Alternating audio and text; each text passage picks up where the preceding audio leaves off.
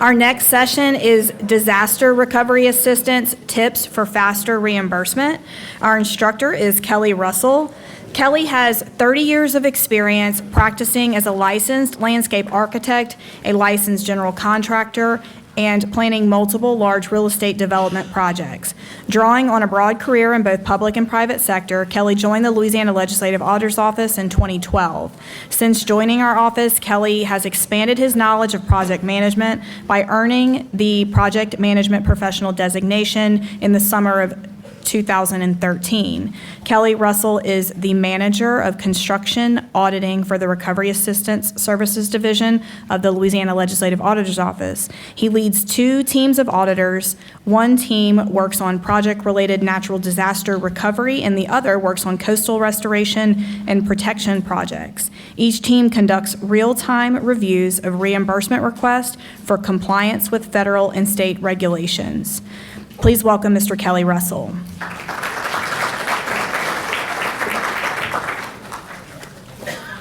Yes.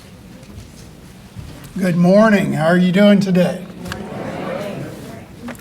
So we're going to talk about disaster recovery, but I'm going to tell you that I know the future. Can y'all believe me that I know the future? In project management, one of the things you talk about are known unknowns. Does anybody here know what a known unknown is? Tell us what a known unknown is. Just shout it out.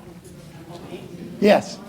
It's something that you know is likely going to happen, but you just don't know what, when, but it's likely will happen. So we live in Louisiana, right? We have hurricanes, we have floods, we have tornadoes, we have all these things. In fact, if you go back and look at the history, about every 5 years we have a major hurricane hit Louisiana. And typically when one major hurricane hits, it kind of gets the Gulf ready and you get another one right after it. So we had Hurricane Laura in 2020, we had Hurricane Ida in 2021. So guess what 2026 is? 5 years since the last major hurricane that we've had. So the reason I can tell you the future is you need to be prepared when that next major hurricane happens. So, I like movies. Anybody here like movies? I like sci-fi movies. I like movies that go into the future like Terminator and stuff like that.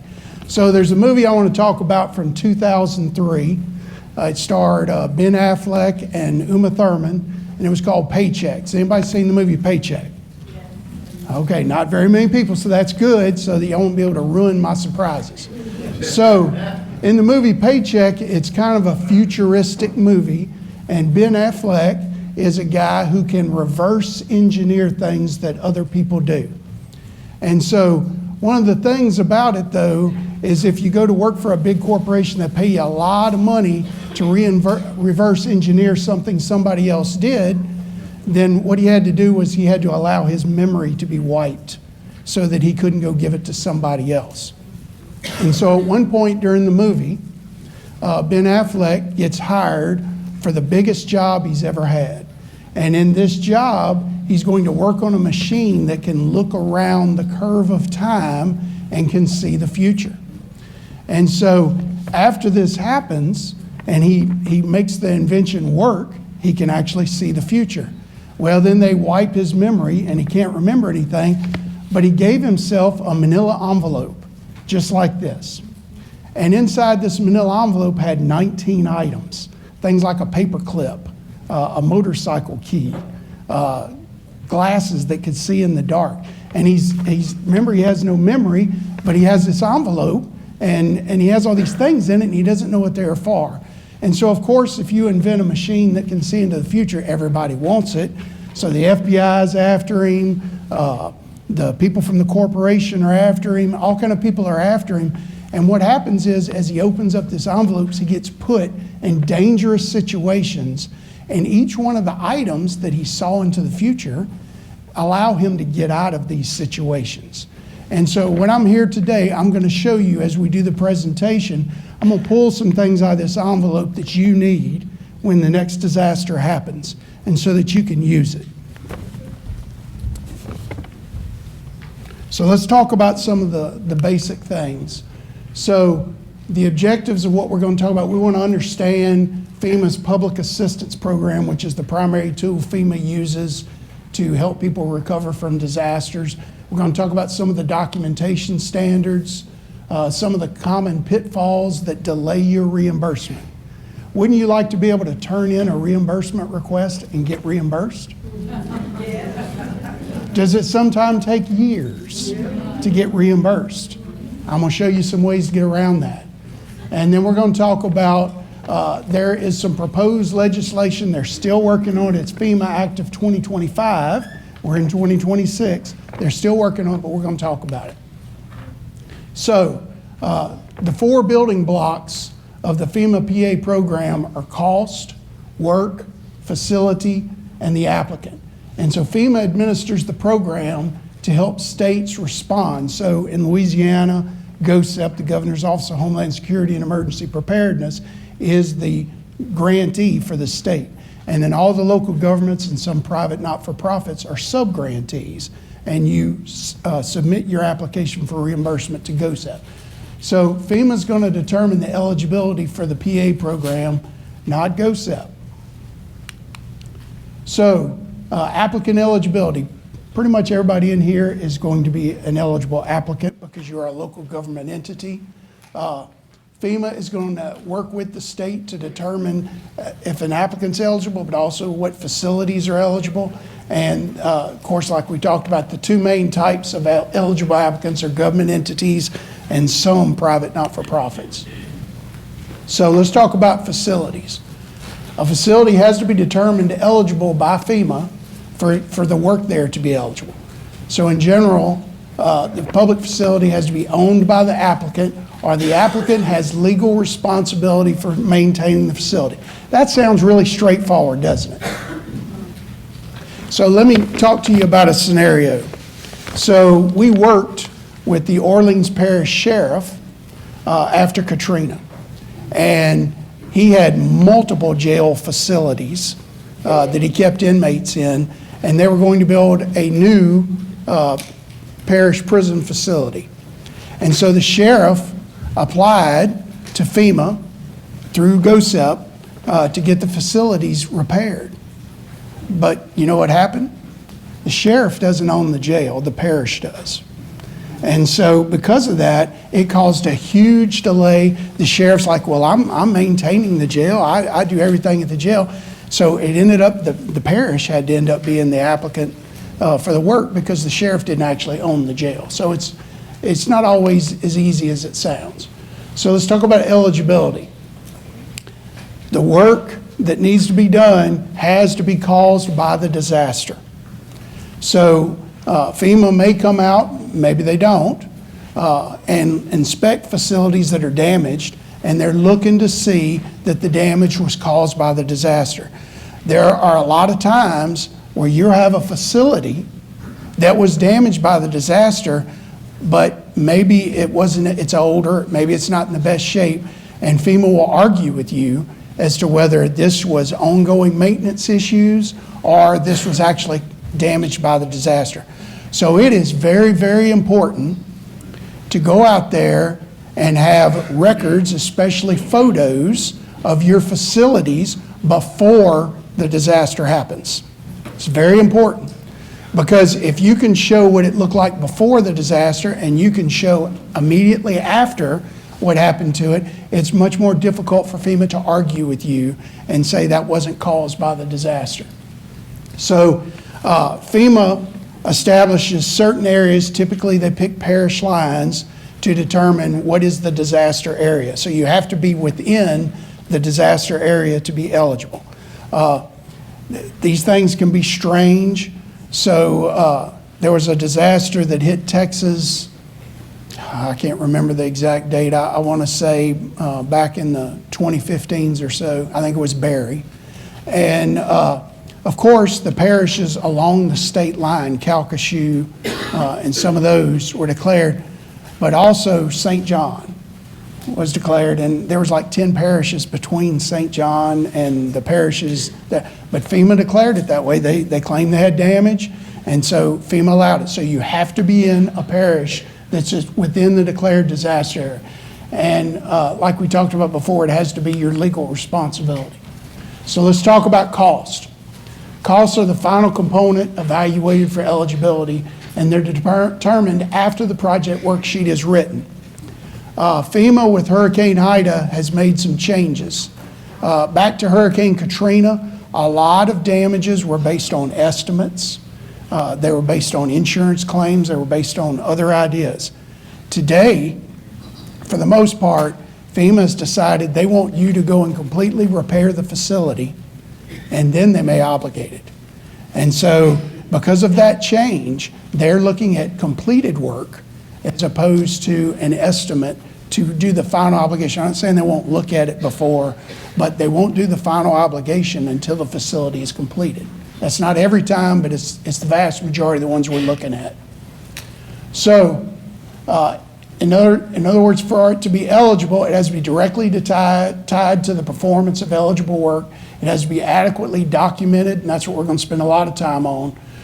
Reduced by all applicable credits. Insurance comes out first.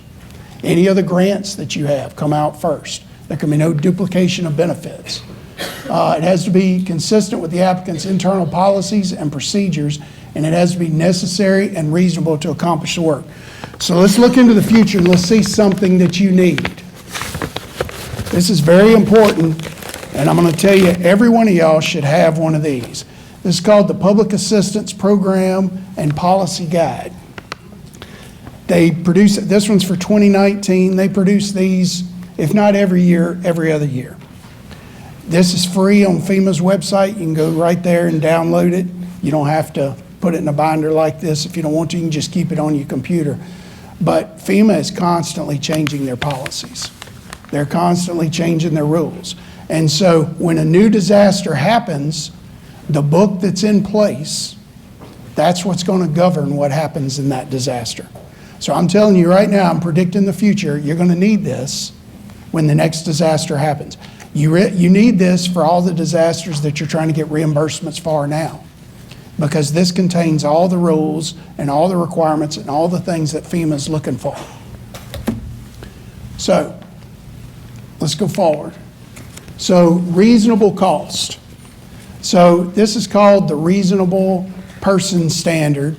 And so what that really means is if I went to Walmart and I bought a bottle of water and it cost me 99 cents, would I think if I go to Walmart tomorrow, I should also pay 99 cents for that same bottle of water?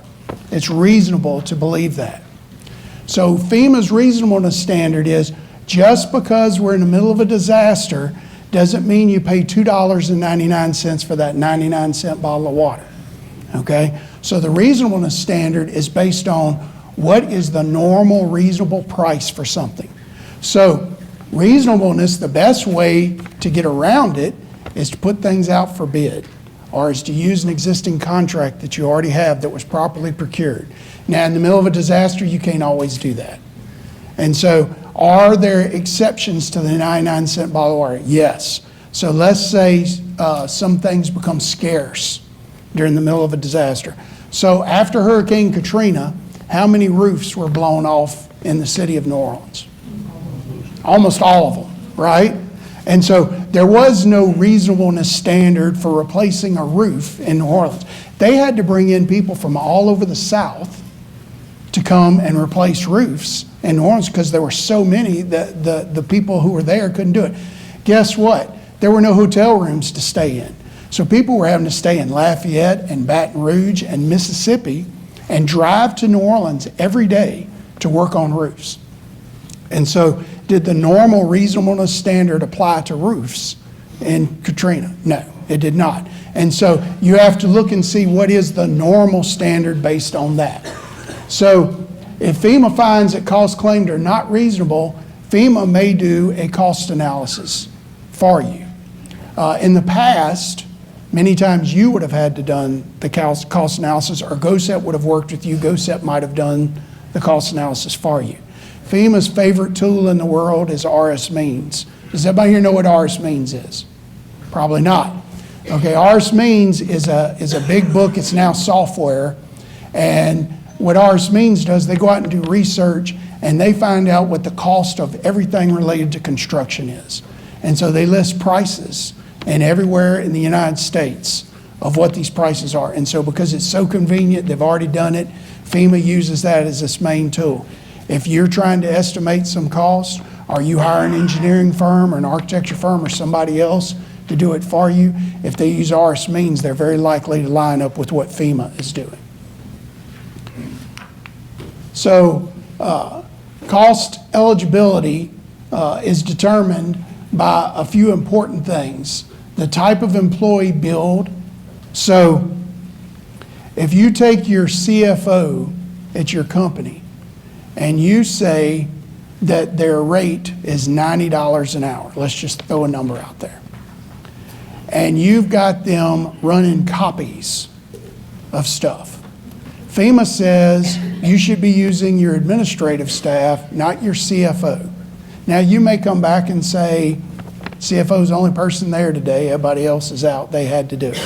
So FEMA is looking for is the appropriate person billing the rate for this task. So I'll give you an example. We have private not-for-profits. We have some churches that have schools, they have after-school programs, they have tutoring, they have some other things.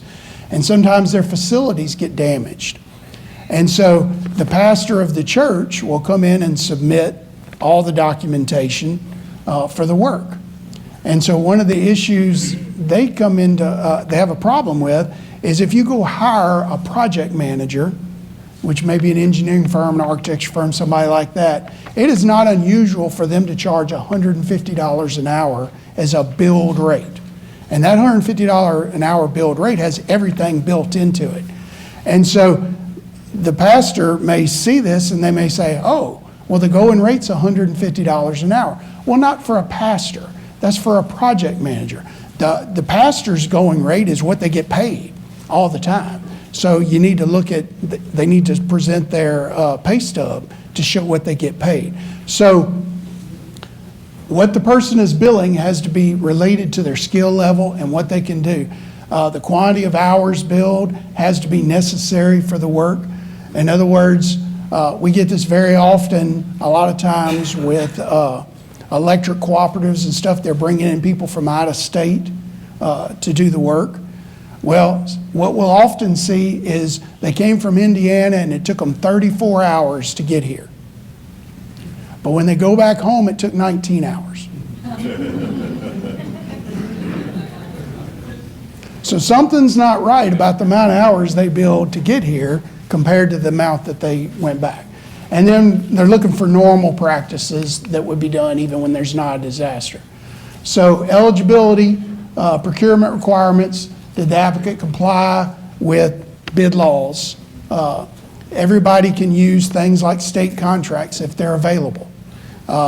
You need to follow your own local laws as well. So FEMA's rules say state agencies follow state rules. They don't have to follow FEMA's rules. But local governments have to follow the federal rules unless you use like a state contract. So it's important that you follow all the procurement rules. And if you can't, if you bid something out and you get one bidder, then you're going to have to do a cost analysis. You're going to have to show that that one bidder's price was reasonable. So let's talk about some of the documentation standards. These are very, very important. We're going to talk about the 8 main types of work. Force account labor is your own employees working to do disaster work. Force account equipment is your own equipment that you're using to do disaster recovery work. You can rent or lease equipment. You can buy materials like water. You can buy ice. The state, after one major disaster, I don't remember which one it was, but in Hammond, the state leased a warehouse, and they filled it full of bags of ice, and they didn't use it. So guess what the warehouse became? A big lake of water, right? So it's important to document that it's needed and that you used it and how you used it. Procurement and contracting, which is contract work, that's mainly, there's 2 main divisions. There's emergency work that's done right after a disaster, and then there's permanent repairs and new buildings that are constructed later on. A lot of the contract work can fall into both of those categories.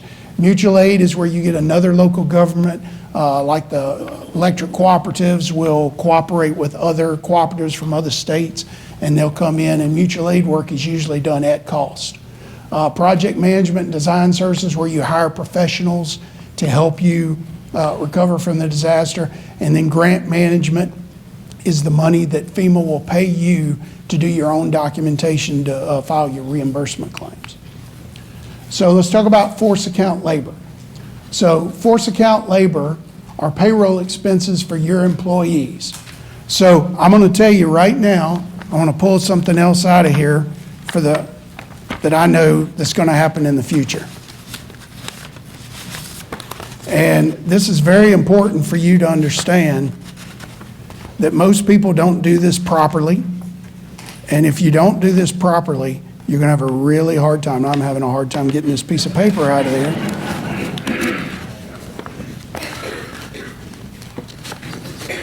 It's really making me work.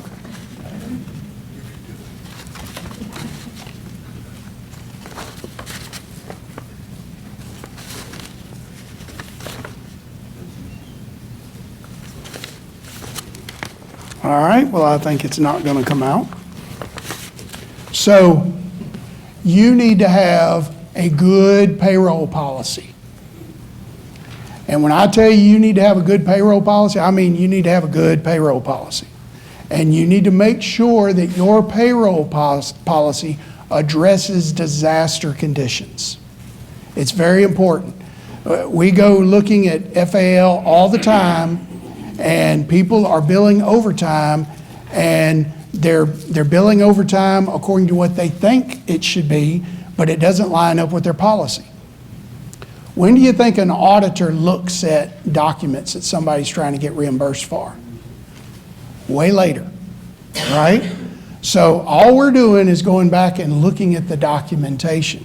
So if your payroll policy is not lining up with how your payroll is being billed, then you're going to have problems, and guess how long it's going to take you to get reimbursed?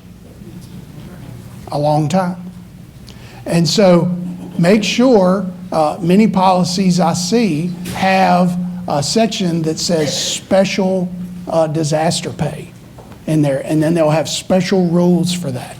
But it's very important. It's important that your policy says when the office is closed, who has the authority to close it for the disaster. And it's very important that they not only put the day that they closed it, but the day that they reopened it. So what we see all the time, I looked at a review yesterday where we had written a finding saying there was no declaration from the mayor saying when the office was closed and when it was open. And so then it came back to us 3 months later, and it had the declaration of when the office was closed. But guess what it didn't have? When it reopened. And so the whole thing had to be written up again. It's going to get delayed longer again. So make sure if you have special overtime pay that happens when an office is closed and you have personnel that have to come and work anyway, and so they're getting paid time and a half on top of their office closure time. So that time and a half that they could be getting paid needs to be spelled out in your documentation. It's very, very important to have those items in your policy. The policy has to be dated when? Before the disaster happened. So we can't write a finding and then you go alter and amend your policy after the disaster happened to try to fix the finding. You have to go with whatever was in place when the disaster happened. So it's very important. Hurricane season starts in June, right? And so now is the time to go check your policies and make sure that there are labor policies that are in there that are going to help you spell out everything that's related, and make sure that whoever's doing the payroll is following the disaster policy. Because if they're not following disaster policy, what's going to happen to your reimbursement? It's going to get delayed. And so you want to get repaid as quickly as possible. So, and then the last thing is the labor policy can't be contingent on federal funding. We don't very often see this in people's policies, but we see it in contracts a lot. You'll see a contractor slip it in there, you didn't even know they put it in there, and it'll say, this is dependent on receiving FEMA funding. And so FEMA will not allow that. So let's talk about some of the documentation that's required. If you're billing for your firemen or your policemen, you have to give us a detailed summary of when they worked, how many hours they worked, what their position is, if they're exempt or not exempt. If your policy says that only non-exempt people get overtime, and you submit a bunch of people to us, and it doesn't say whether they're exempt or they're not exempt, guess what's going to happen? The whole thing's going to get rejected because we're not going to be able to tell if the payroll was applied appropriately. And so it's important to look at what your policy says and make sure that you're providing all of that detailed information. It's very important to show you the fringe benefits that those employees are paid. I'm going to tell you, sometimes the fringe benefits are really good, but the pay stubs are even better because you can look right there on the pay stub and see all that information. So the more of that kind of information that you provide, the more detailed you are, the more likely you're going to get your reimbursement quicker.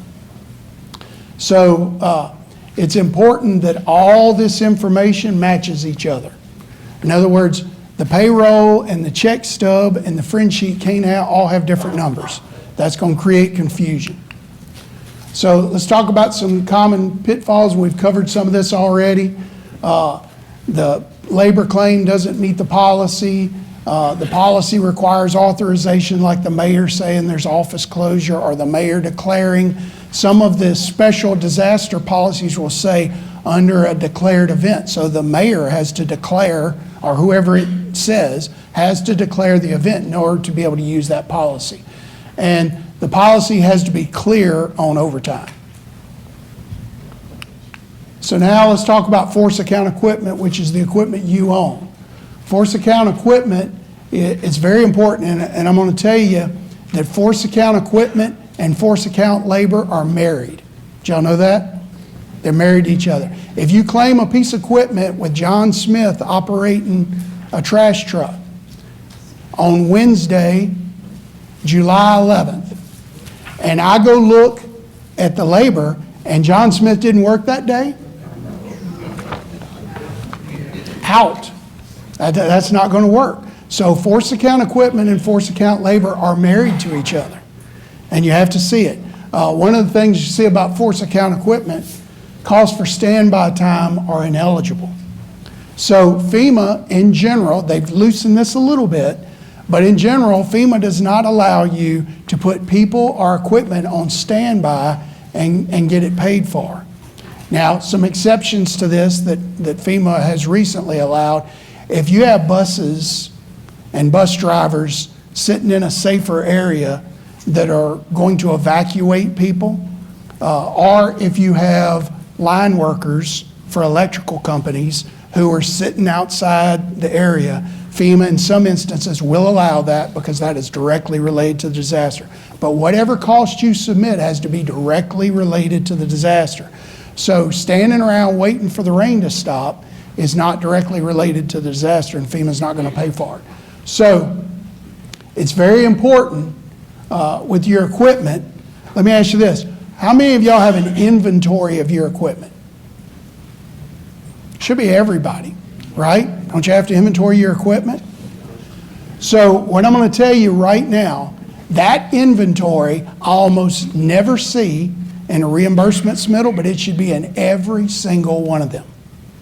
Okay? And that inventory needs to show the specifications of the equipment, or at the very least, tell me it's a Komatsu LC 770, because then I can go look up the specs on a Komatsu LC 770. But you need to give me, I was looking at one yesterday that had a bunch of 3/4 ton trucks, must have been 40 of them. And on every one of them, they claimed that it was 4-wheel drive, because the 4-wheel drive truck gets $5 an hour more than the regular truck. But guess what was not in the description of any of those 3/4 ton trucks? That it was 4-wheel drive. And so all of them got cut to the cheaper rate, which is the non-4-wheel drive. So you need to have a inventory of your equipment submitted with the equipment that you're trying to get reimbursed for, and it needs to be very detailed about the specifications of what you're claiming. Because right here, I'm gonna see if I can pull this one out. So FEMA has done a bunch of work for everybody. There's 20 pages here of equipment that is common in local governments. And FEMA has gone in, they've put, pickup trucks. They probably have 40 different kind of pickup trucks on here. And so what you're supposed to do is you're supposed to go take your truck, you're supposed to find the equipment code that matches on the FEMA, and then you claim that equipment code for your equipment, and it already has tied what's the reimbursement rate. This reimbursement rate includes gas, it includes maintenance, it includes insurance, it includes everything. And so it's very easy to use this and allow this to be a great tool for you to use. Again, you can go to FEMA's website and download this document. They put them out pretty much every year. Now, one thing that's interesting, contractors will try to use this. There's a sentence right up at the top that says this is only for government-owned equipment, okay? So contractors cannot use the FEMA equipment rates. But it's very important if you're going to claim equipment that you have detailed specifications on your form, that your operator is married to the FAL. We can see that he was working that day and that he's at the same location as where this piece of equipment is shown. So let's move on. We've talked about some of the documentation, some common pitfalls. We talked about the trucks not being designated 4x4. I'm going to tell y'all a trick. It's really important. If you're dealing with specialty pickup trucks, and a lot of y'all have pickup trucks, put the horsepower of the truck on there. Because very often, the bare minimum truck with the bare minimum horsepower may be substantially less per hour than a pickup truck that has 300 horsepower or 350 horsepower. And I don't know if you've seen it today, but even trucks with small engines now have a lot of horsepower. And so a lot of horsepower doesn't always, but very often means more fuel costs, more other things. So it's important, especially on pickup trucks, to use horsepower. And you have options. There may be 10 different choices for horsepower on there for an F-150 or a 1500. So it's important to use that. And we already talked about the hours not being supported by the FAL. So rent and leased equipment, we're not going to spend a lot of time on this. If you have to rent a pump or a generator or something like that, you need to make sure you turn in the rental agreement. Make sure that the rental company is billing you properly. So when you deal with rental equipment, when I used to be a contractor, we used to deal with this a lot. If you rent a piece of equipment for 3 days in a week, very often the weekly rate is cheaper than 3 days, okay? If you rent a piece of equipment for more than 2 weeks in a month, very often the monthly rental rate is cheaper than the 2 weeks if you're renting it by the week. And so it's important that what you're claiming and the rate that's being charged to you, because you're going to turn in the invoice from the rental company, make sure they're charging you the correct rate, that they're doing things correctly. Watch out for extra fees and things that are on there. So for example, if you rent a big generator, there's typically a requirement. They have to change the oil in the generator after it's been run every so many hours. And so they're going to throw a fee on it. If it's out in the field and you've been running it for 3 weeks, and all of a sudden they're going to throw a fee on there because they had to come out there, shut it down, and change the oil in the generator. You have to be aware of those kinds of things and make sure that they're appropriate and applicable. So the cost or to rent or lease can't exceed the cost of purchasing the equipment, okay? So You can't go rent a generator for 6 months and pay $25,000 for it when you could have bought it for $10,000. Make sense? Okay. And again, you need to provide all the documentation that you would normally get, the lease agreement, the location where it's used, the description of the building it was used in. We have a lot of problems with sometimes because you may have to move generators around. So by my house, I live in Livingston Parish, and we have a bunch of sewer lift stations in our neighborhood and around us. And when the power goes out, in order for sewer to not back up in your toilet, somebody has to go out there with a generator and hook it up to that pump station and pump the sewer out. Now, they've done better now. The area that I'm in, they've actually put generators in at a lot of the pump stations already. But very often in the past, they'd have to take that generator, put it on a trailer, and move it from pump station to pump station and go pump the sewer down for a while till they get it to an acceptable level and then move on to the next one because they didn't have enough generators. And guess what happens when you have a disaster like a big major hurricane? How many generators are out there to rent? Not very many, right? So they become scarce very quickly. We've also had people who have permanently mounted generators. They went to turn it on and it didn't work. So now we got to go rent a generator to have this, because guess how many people are going to come out to repair your generator right after a disaster? Nobody. Because what are they doing? They're installing generators all over the place, right? And so it's important to think about those things. Some common pitfalls is really related to documentation. Make sure where it's being billed is important and how it's being done. One other thing about force account equipment, if you have some big pumps, like City of New Orleans, some of the areas around there have big pumps, or if you have permanently mounted generators. We had an issue in Tangipahoa Parish where they had generators at their water towers. And so if you have a permanently mounted piece of equipment, almost always that equipment's going to have an hour meter on it. And so it's very important that when you submit that permanently mounted generator, that you record the logs to show what that hour meter shows. Show what it read when it started and show what it read when it ended. That will make things way easier. Can it be figured out using other things? Yes, but it delays everything tremendously. And so make sure if your equipment has an hour meter on it and it's permanently mounted, because one thing FEMA's going to come in and say, oh, well, didn't you have to test that equipment? Didn't the hour meter run for 30 minutes once a month or something like that? They're going to say, hey, I want to see a true reading of exactly how that piece of equipment ran, when it ran. You can go in and say, okay, well, we lost all power here, and the generators had to come on, and all the power didn't come back on till here. But the thing is, power comes on at different times in different places, right? And so it doesn't just all get restored at the same time. So it's important if you have hour meters to use those. So material supplies, very easily in an emergency, bottles of water, sandbags, anything that you got to go to Home Depot and get some batteries, anything that is related to small material, and it can end up being big dollars too. Meals, food, stuff like that. It's important, and it's very important that you document with all your receipts and everything else. Don't just give a credit card receipt that doesn't have the itemized detail on it.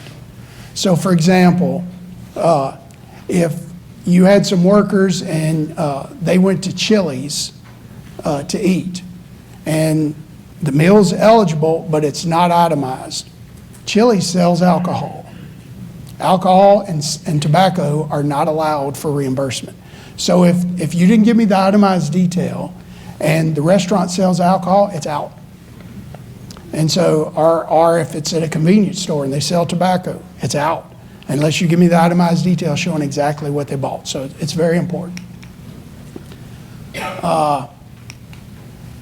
So some of the pitfalls, like we talked about, it's not itemized, it's not in scope, or this is the big one. Let's say there's a school board and they got 25 schools. And 21 of the 25 were damaged, and they're listed in FEMA's PW by school name, address, everything's good. But because there was nobody at some of the schools, their warehouse was not damaged.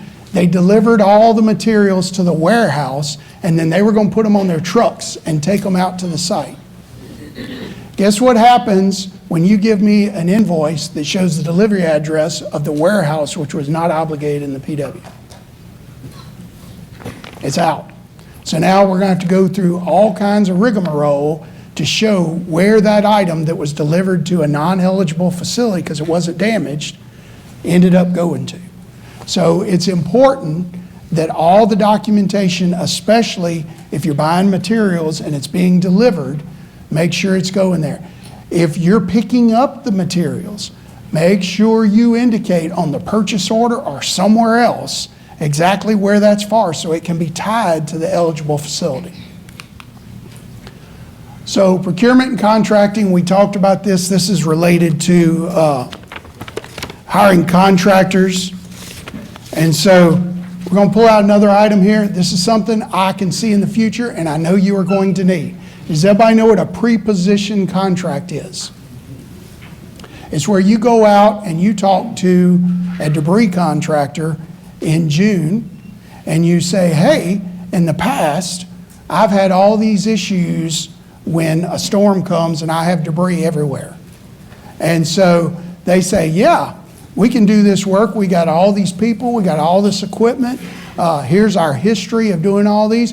We will sign a pre-position contract and it's going to cost X, Y, and Z for it. And you have them basically on standby for when a storm hits. And so then when the storm hits or right before it hits, you call them up and you say, hey, we got a pre-position contract with you. Are you ready to go when this happens? So this is a very important thing to have because how many times are you scrambling to find somebody to come pick up your debris after a storm? Sometimes it can be very difficult. And so pre-position contracts are a really good tool. Do they always work? No. Because you may call up somebody that you have a pre-position contract and they may say, we're in Dallas. We had to go to respond to tornadoes over there and all our people are tied up. So it's not a magic pill. It doesn't always work, but it's a good tool to have.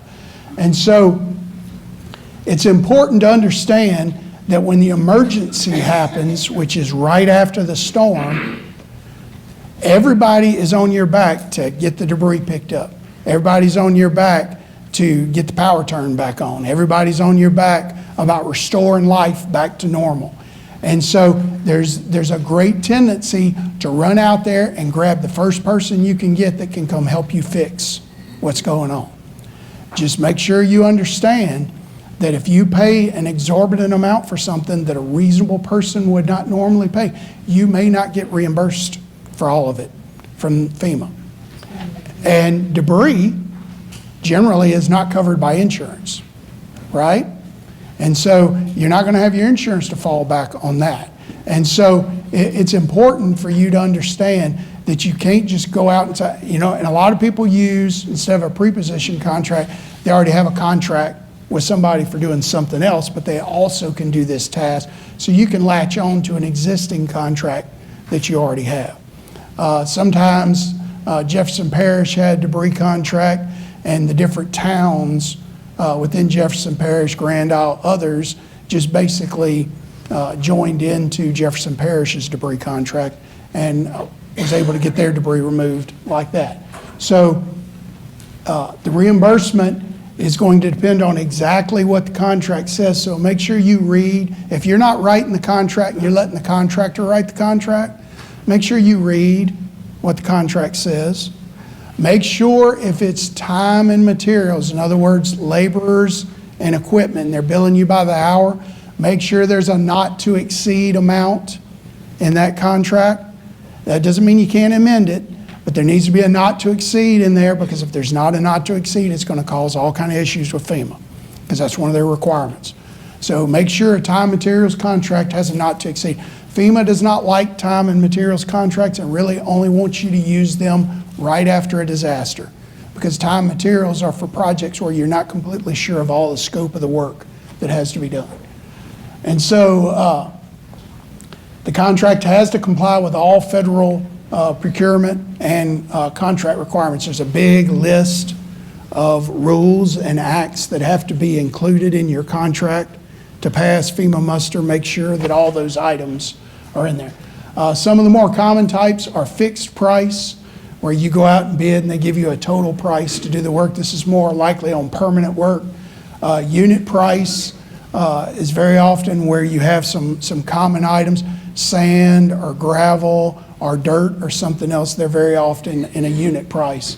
Cost reimbursement, FEMA doesn't like those very much, but you're basically reimbursing whatever the cost is. And time and materials, which we talked about a little bit before. Okay, some procurement methods. There's small purchase procedures, there's sealed bids, competitive proposals, and non-competitive proposals.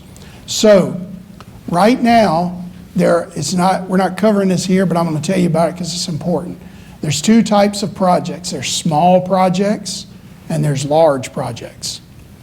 Small projects are up to $1 million. Doesn't sound very small, does it? And so there's some advantages and disadvantages. Small projects generally go much faster. The problem with a small project, though, is FEMA comes out and obligates it. They say, this is what it's going to cost, and you go to, and they give you the money for that amount, and you go do the work, and let's say you tear some sheetrock out and you find mold, or you find deteriorated structure behind it. If it's a small project, you can't go back to FEMA and get more money. You've agreed to take what that amount was. So those things are faster. Now, I'm not going to tell you there's never ever an appeal process or anything you can't do, but in general, FEMA will not give you any more money for a small project. And in fact, I've even seen instances where FEMA said something's going to cost $500,000, it costs $200,000, FEMA gave them $500,000. So it can kind of happen both ways, but there's other instances where they said it was going to be $500, it was $700 and not $500, and the local government's struggling with where's the other $200,000 going to come from. Large projects are a lot more involved. They require a lot more time. They are generally big things, and they're over $1 million.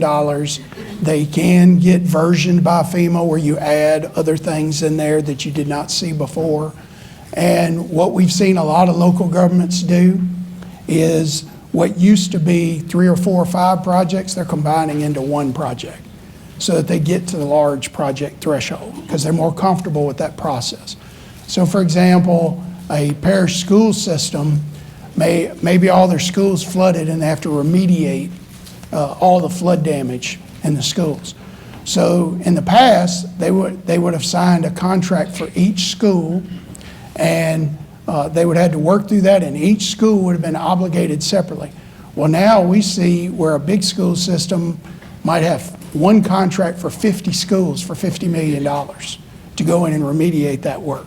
And so things have been combined and changed a little bit, so it's a little different than it used to be. For procurement, it's important that you follow federal procurement, which means open and fair competition. And I know that y'all are used to that. It's important that the contractor's not suspended or debarred. It's important that you can document the history of the procurement, include why you picked that person. So if you go out and you do a RFP or an RFQ, so in those, it's very important that you include price as a factor in who you're selecting. And if you didn't pick the highest scoring entity, you need to really explain why you did not pick the highest scoring entity. And just, it's important to put a narrative in there or explain on it why you didn't pick that company. And so if somebody gets rejected, make sure you state in there why somebody got rejected from the bid. So it's a standard documentation is required for a contract. One of the big problems we run into is we have the contract, but none of the attachments are there. So it's a time and materials contract. Attachment A is the hourly rates of the contractor. And attachment B is the equipment rates for the contractor. And A and B aren't there. Guess what's going to happen to that request? It's going to get rejected until that information is provided. So make sure you provide the contract, all the attachments to it, everything. And that'll help speed up your process. If it's a sole source bidder, if it's a single bidder on the project, then you're going to have a cost analysis. And if you have change orders in that project, make sure the change orders are there. One of the biggest problems we have is very often either the contract is not signed by everybody. Shocking. You'd think everybody would be signing the contract. The change orders are not signed by the architect or the engineer or the professional of record who's supposed to be representing you and saying that that's an appropriate amount of work. Change orders are a big deal because they're additional scope. They're different from the original contract. And they didn't go through the original procurement process. So you need professionals who are looking at that, and you may have them on your staff or you may have hired somebody, but you need them to sign off on that and say they looked at it and they reviewed it and that it's appropriate. FEMA has a great amount of respect for the professional industry, for engineers, architects, project managers, other people, but they need to see their approval. They need to see their signature on there. Some common pitfalls, like we said, attachments, change orders not there, change orders not executed, the low bidder wasn't selected, and then sometimes the contract is for doing levee work, and you needed that same contractor who's already contracted to do levee work to pick up debris along the levee. So there's no pricing in the contract for picking up debris. And so you hire them and they go pick up all the debris for you and you submit it, and their invoices don't match anything in the contract. It's a legitimate contract, it's signed, it's good, it's got all the attachments, all the documentation, but the scope of that contract does not match the work that they did. So there needs to be an amendment to that contract that's going to include what are the pricing and the scope going to be for this debris work. Okay, mutual aid, we talked about this a little bit already. It's where we cooperate with another governmental agency, or like in electric utilities, they cooperate with another cooperative. Documentation, mutual aid's a little different because it's the cost. Whatever the cost is, that's what you pay. So you have to provide the documentation showing the cost. So common pitfalls, like I talked about, the guys traveling, missing support for travel time. We'll see guys who are doing utility work and they're out in the field. And so they go through McDonald's drive-through and they pick up lunch while they're moving from one site to the next. FEMA will pay for that. That's called an incidental break. They're traveling from here to there. That's no big deal. But if they tell me they started at 6 in the morning and they stopped at 10 at night, and I see a bill from Chili's at 7:35 that says dine in on it. Okay? Now, how many of y'all believe these guys working out in the field and they're sweaty and nasty because hurricanes happen at hot times of the year, right? They're sweaty and nasty. They didn't go back to their hotel room and take a bath before they went to Chili's. Okay, so the documentation needs to match what we see. It's very important. Okay, project management. These are generally on bigger projects where you hire a professional to go out and manage the work for you. We see this a lot of times in big sewer systems, water systems, major building projects, total school systems, all those types of things. It's regular, similar documentation that you'd see with any other professionals that you're working with.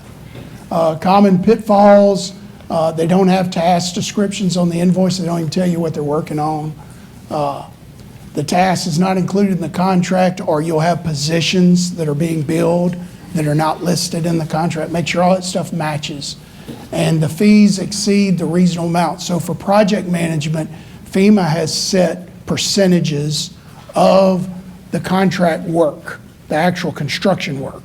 And so generally the range is 4 to 7%. So if I have a contract for $1 million out there and my project management fees are between 4 and 7% of that $1 million, it's automatically reasonable, it's okay. So grant management, FEMA recently, they started out, they called this DAC, which was direct administrative costs. Now they've turned it into grants management cost. And so this is the cost that you incur, or you may hire somebody to do this, to submit all of your documentation to be reimbursed. And so it's important that you understand that you have money allowed for this, but you need to track, especially if your people are doing it, really need to track, and you've got to show that what they're doing is related to grants management. In other words, trying to get reimbursed from FEMA. So if you put on there that I went out and did a site visit and observed them repairing fencing, that's not grants management, that's project management.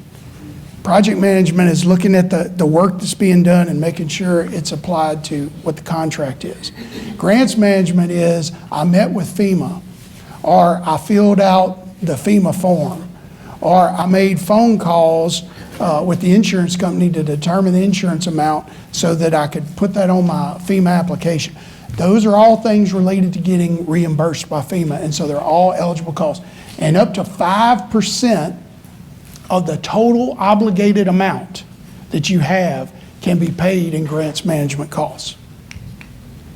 So, and you have to be very detailed, just like on the FAL and other things, provide the names, where they worked, when they worked, the hours they worked, all those things.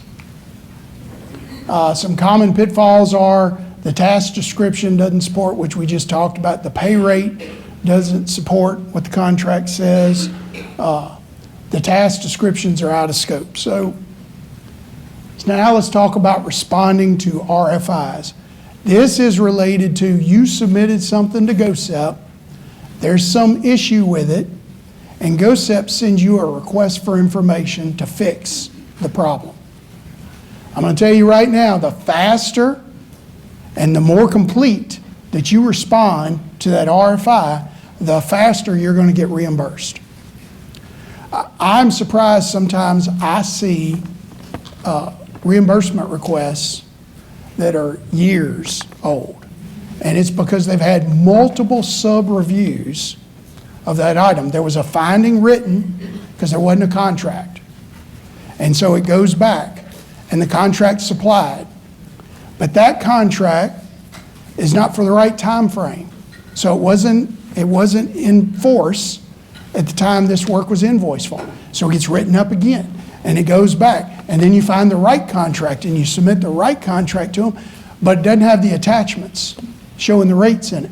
And you would be amazed at how often this happens.